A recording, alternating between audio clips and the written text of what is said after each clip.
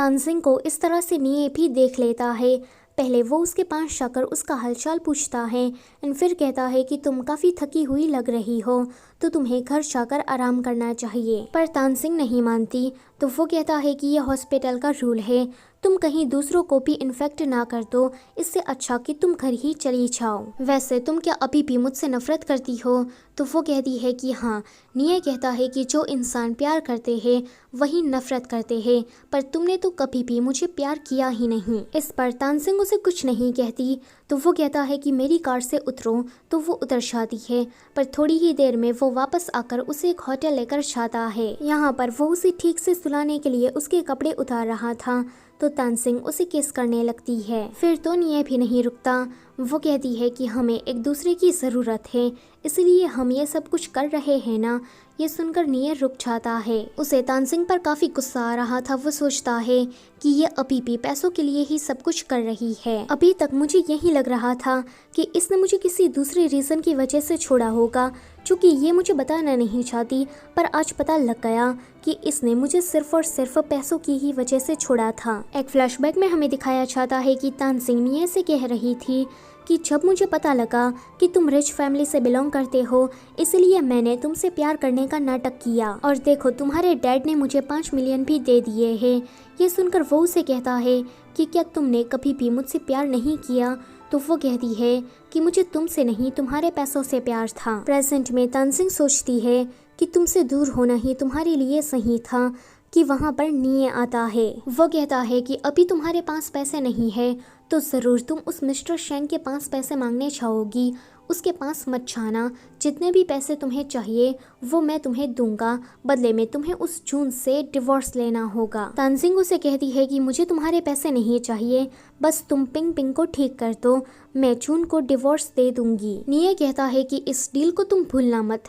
वो सोचती है कि मैंने तो कभी जून से शादी की ही नहीं, तो डिवोर्स में किस बात का लूंगी। जब मिस्टर शेंग को पता लगता है कि सुचिन ने निये से ब्रेकअप कर लिया है, तो ये जानकर वो बहुत ही ज़्यादा खुश होते हैं। वो उससे कहते हैं कि अच्छा हुआ कि तुम दोनों ने ब्रेकअप कर लिया, वैसे भी मैं तुम्हें उस निये के साथ ज़्यादा नहीं देख सकता। निये के डैड पिंग पिंग के पास आकर कहते हैं कि तुम उन बच्चों को खेलते हुए दूर से ही क्यों देख रहे हो, जाओ उनके साथ खेलो। पिंग पिंग कहता है कि हार्ट डिसीज की वजह से मैं ये नहीं कर सकता, वैसे मुझे पता लगा है कि यहाँ पर वाटर गन 20 में मिलती है, जबकि बाहर 12 रुपये में, तो क्या मैं उस वाटर गन को यहाँ पर बेचकर पैसे कमा सकता हूँ। उसका ये बिजनेस माइंड देखकर निये के डैड उससे काफ़ी इम्प्रेस होते हैं एंड पूछते हैं कि तुम्हें पैसे क्यों कमाने हैं। तो पिंग पिंग कहता है कि मुझे खिलौने नहीं चाहिए, मुझे अपनी सर्जरी के लिए पैसे कमाने हैं, क्योंकि मेरी माँ काफ़ी ज़्यादा मेहनत करती है, पर फिर भी वो पैसे इनफ नहीं है। ये सुनकर वो एक सेकेंड के लिए थम जाते हैं एंड सोचते हैं कि ये बच्चा कितना ज़्यादा मैच्योर है। वो उसे कहते हैं कि तुम्हारी माँ ने सच में तुम्हें अच्छी परवरिश दी है। यहाँ पर मिस्टर शेंग तानजिंग को ज़बरदस्ती पैसे दे देते हैं।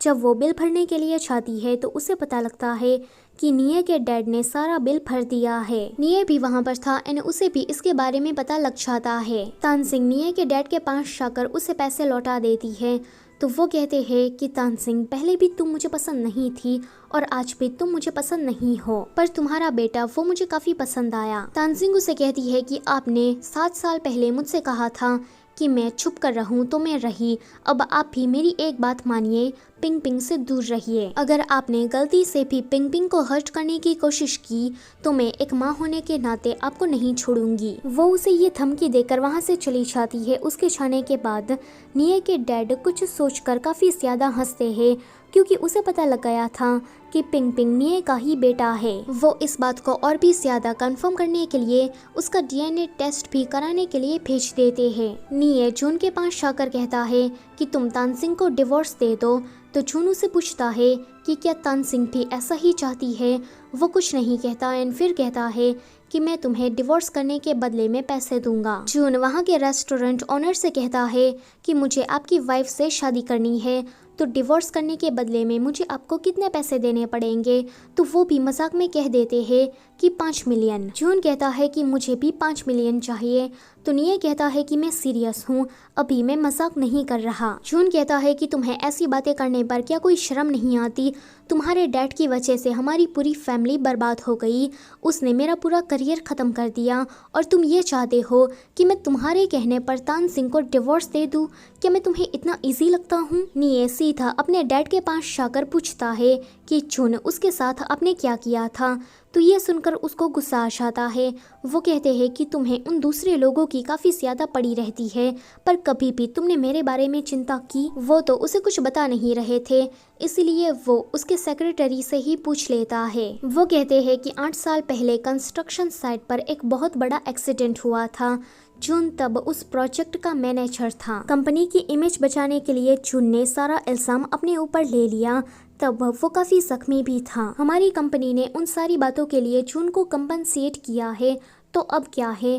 क्या अभी भी वो तुमसे पैसे मांग रहा है? निये इस पर उसे कुछ भी नहीं कहता। आगे निये बाकी सभी डॉक्टर के साथ न्यू बॉर्न बेबी को देखने के लिए जाता है। वहाँ पर सभी लोग ये कह रहे थे कि ये बच्चा तो अपनी माँ पर गया है, तो कोई कहता है कि नहीं बाप पर गया है। इन लोगों को इस तरह से बातें करते देखकर निये को पिंग पिंग की याद आ जाती है।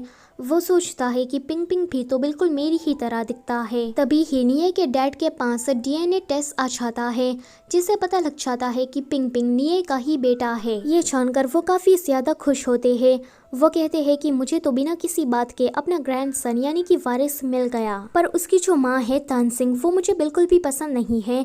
वो एक चालाक लोमड़ी है, उसने मेरे बेटे को फांस लिया था। मैंने 8 साल पहले उन दोनों को काफ़ी मुश्किल से अलग किया था, तो फिर से वो दोनों अब एक ना हो जाए। अब मुझे कोई ऐसा प्लान बनाना होगा कि पिंग पिंग मेरे पास आ जाए और तान सिंह निये की जिंदगी से दूर हो जाए। तान सिंह अपने डैड की डेथ एनिवर्सरी पर उसके ग्रेव पर आई थी।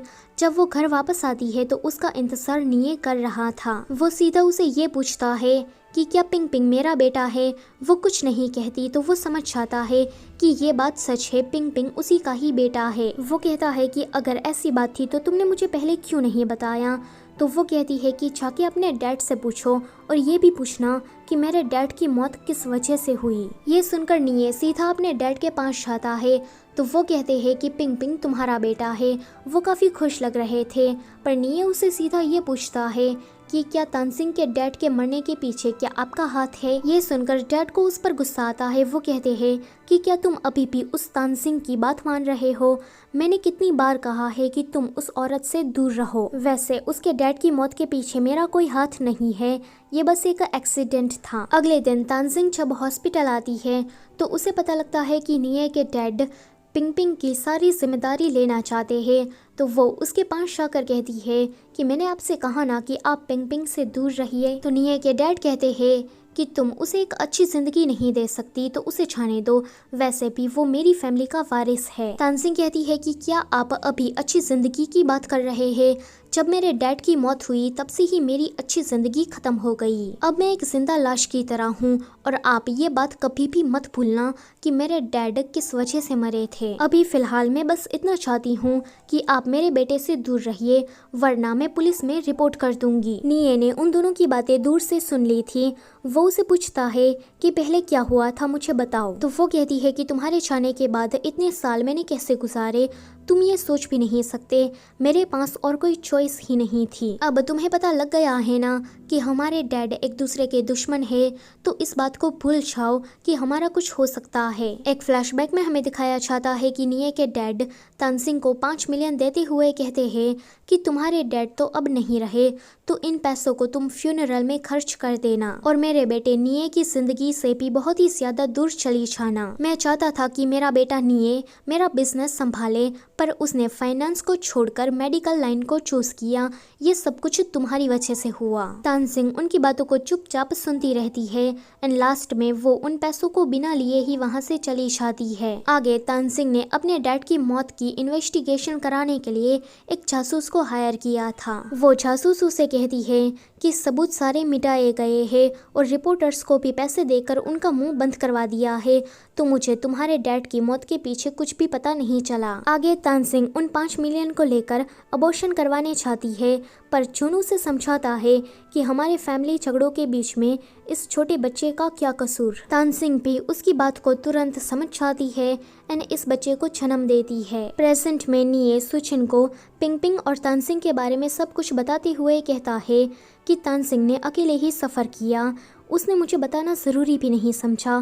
क्या वो मुझ पर अब भरोसा नहीं करती है? तो सुचिन उसे कहती है कि इसका दूसरा रीज़न भी हो सकता है, शायद वो तुम्हें इन सारी बातों में इन्वॉल्व ना करना चाहती हो। अगर देखा जाए तो उसने तुम्हारे बारे में अच्छा ही सोचा है। आगे वो शैंग से मिलती है एंड इनका आते ही रोमांस स्टार्ट हो जाता है। सुचिन कहती है कि मुझे एक छोटे बच्चे की तरह तुमसे ब्रेकअप करके नहीं चले जाना चाहिए था, यानी कि अब इनका भी फिर से पैचअप हो गया है। निये जून के पास जाकर कहता है कि तुम तानसेन को डिवोर्स दे दो। जून कहता है कि मैं ये क्यों करूँ, जब तानसेन को लेबर पेन हो रहा था तब तुम कहाँ थे? जब कर्जे वाले उसके घर आकर उसे बुली कर रहे थे, उसे मार रहे थे, तब भी तुम उसके साथ नहीं थे। 8 साल पहले जो एक्सीडेंट हुआ उसमें मलबे में दबकर कितनों ने अपनी जान गंवा दी, उनमें से एक तानसेन के डैड भी थे।